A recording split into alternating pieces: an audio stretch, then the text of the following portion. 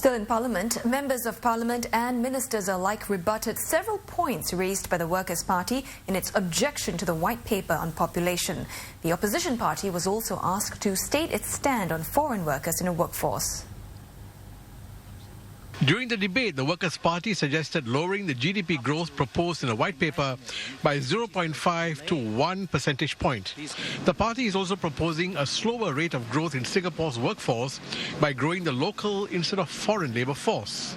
I think what we are proposing is that we focus the resources at our disposal on these important directions and policy. Instead of importing workers even over the longer term, let us plan to grow the resident workforce through increases in the labour force participation rate and in the total fertility rate. We will target to increase our local labour force by up to 1% per year from now until 2030. We should strive to keep our foreign labour force constant between now and 2020, depending on our success in growing the local labour force. It does not mean that we shut the doors to foreign workers. Acting Manpower Minister Tan Chuan Jin sought more clarity.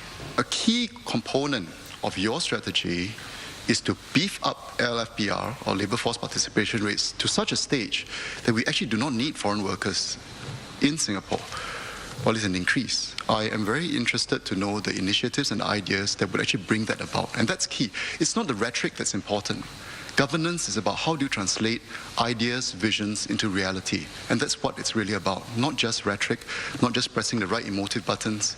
It's about making things happen so that we can realize, I think, a shared vision about how to make things better for Singaporeans. I'm not sure why the minister seems to be implying that we're just doing rhetoric. We intend to push for measures to increase the labour force participation rate.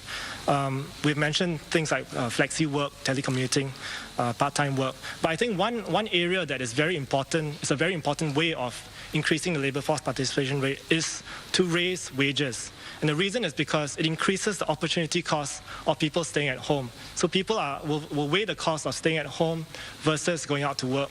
And I believe that is one key way in which we can raise the participation rate.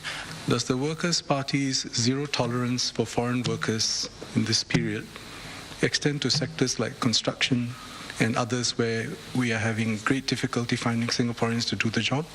Regarding the specific question on things like construction, we have said that we don't see a need to increase the foreign labour force numbers. It does not mean that we kick out all the foreigners right now.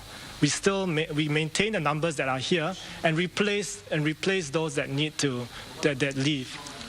Mr. Giam also told the House that the party believes that there is room for up to 10,000 Singapore citizens to be brought in per year from now till 2020. And it has based its calculations on an assumption that the total fertility rate is at 1.3. The TFR was 1.29 in 2012. At today's sitting, MP Liang Eng Hwa tabled an amendment motion urging Parliament to further reinforce the point that Parliament supports maintaining a strong Singaporean core. The debate continues on Wednesday.